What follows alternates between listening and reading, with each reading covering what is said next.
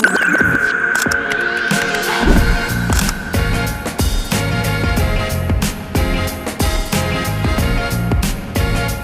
good day mga mami sir. No, meron tayong new arrival which is 2024 Toyota Wigo 1.0 automatic gas. This is 10,000 km with CASA record. Kagandahan po dito, new look na po siya. At the same time, meron siyang fog light. Ayan. The DRL din po yan mga mami sir. DRL. Tapos, ito po, mapapansin nyo, meron tong dashcam installed galing dealership. Check natin. Ito, kung mapapansin nyo, kala nyo lang accessories to, pero ito galing po mismo sa CASA. Dashcam po yan. So, anong purpose ng dashcam? Ito po, kahit nakapark kayo, pwede nyo ma-record yung nangyayari pagka bumabiyahe kayo. Yun ang purpose nito. So, ito, OEM po to.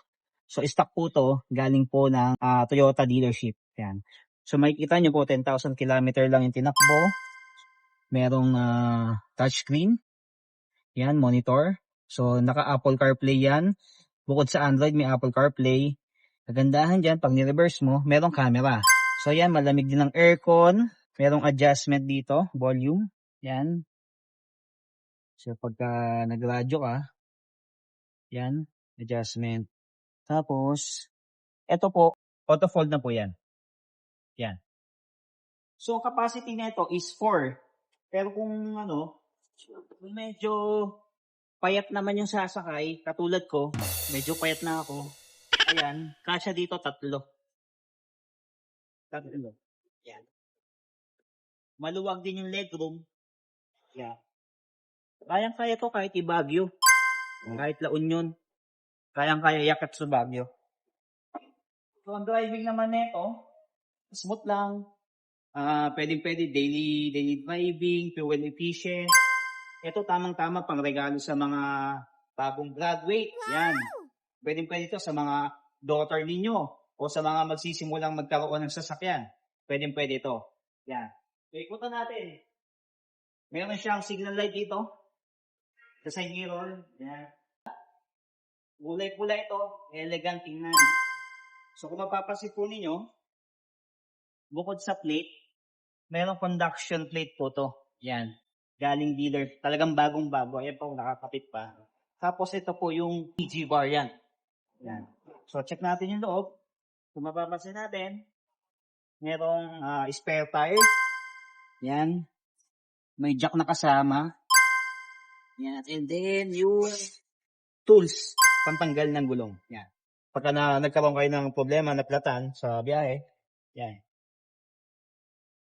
Tara, sama kayo. Test drive natin. So, nandito tayo ngayon. Tuturuan ko kayo paano gumamit ng transmission. Yan. So, for example, tayo ngayon. Naka-park. So, pagpapaanda rin po natin, brake. Yan. Neutral, drive. And then, saka natin ibaba yung handbrake. For example naman po, galing kayo ng magpa-park na kayo. Yan, magagawin po natin neutral, handbrake. Bakit? Kasi nandito po yung puwersa. Diba? Nandiyan na po yung puwersa. Ngayon, ipepreno po natin. Apakan natin preno. Saka natin ilalagay sa park. Yan. So, para hindi po nasisira yung transmission po natin. Para smooth lang po siya pagka magdadrive na kayo. For example, ayan po. Ibababa ko, apak po ko sa preno. Yan. Drive and then baba yung handbrake. Yan. Okay. So, smooth lang. Smooth yung driving. Yan. Ngayon, magpapark ulit tayo. Magre-reverse. Okay. Meron siyang back camera. Yan. Magre-reverse tayo. So, may sensor po siya. No? So, ayan po siya. Neutral. Handbrake. And then, preno. Park. And then, patayin po natin yung aircon. Yan. Okay. Para hindi po masisira ang battery po natin. Kasi usually, pag nakakaiwan po ng bukas yung aircon, sign din po yun para malobat po yung battery ng sasakyan. Okay. And then, patayin natin. Alright. Sa yung transmission po natin. Para hindi po nasisira. Kasi pagka diniretso nyo pong park yan, pagka pinaandal nyo po yan, Aray mo! Pakak! tatalon po yung transmission doon. So possible may mapuputol, may masisira doon sa transmission mismo. Kaya so pagka gagamitin nyo po, brake, yan, drive, ibaba ang handbrake. So drive po tayo, di ba? Smooth lang. Okay. So ito po ang presyo po nito sa market. We sell 568,000. Negotiable po yun upon viewing, lalo na pagka cash buyer. Yan. So ito, dinadrive ko ngayon. Ang lamig ng aircon, smooth, wala kang maririnig na kalampag dito. So very basic lang po ang Toyota lagi. Lalo na pagka sa mga infotainment yan, very basic lang, pindot-pindot lang. Hindi siya masyadong electronic, kumbaga. Yan. So wala kang mararamdaman na nginig. Kung gusto mo mag-sounds, pwede mo lakasan yung sounds. Ayan, oh.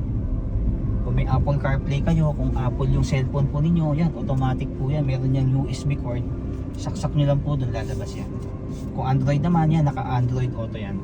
So ito again, makukuha nyo to ng 568,000. Ngayon sa financing naman, we accept trade-in.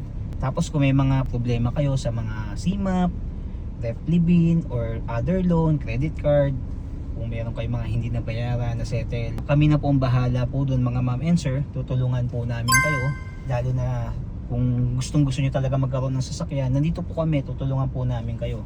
So hanapin nyo lang po kami pag pupunta kayo sa showroom, Brian Jacinto o ako po mismo, John Viola, ang mag-a-assist po sa inyo dito sa showroom. I-a-assist po namin kayo dito sa mga sasakyan namin. Tutulungan po namin kayo makakuha ng sasakyan through our partner financing. Kasi matatagal na po namin silang kakilala. Yan. So madali po namin ilapit sa kanila yung mga problema po ninyo. So again, this is 10,000 kilometer lang po yung tinakbo. Napakababa po ng tinakbo po nito. Meron po tong history ng Casa Record. Yan. So again, pagpunta nyo sa showroom, hanapin nyo lang po kami, Brian Jacinto or Jong Viola. See you po mga ma'am and sir.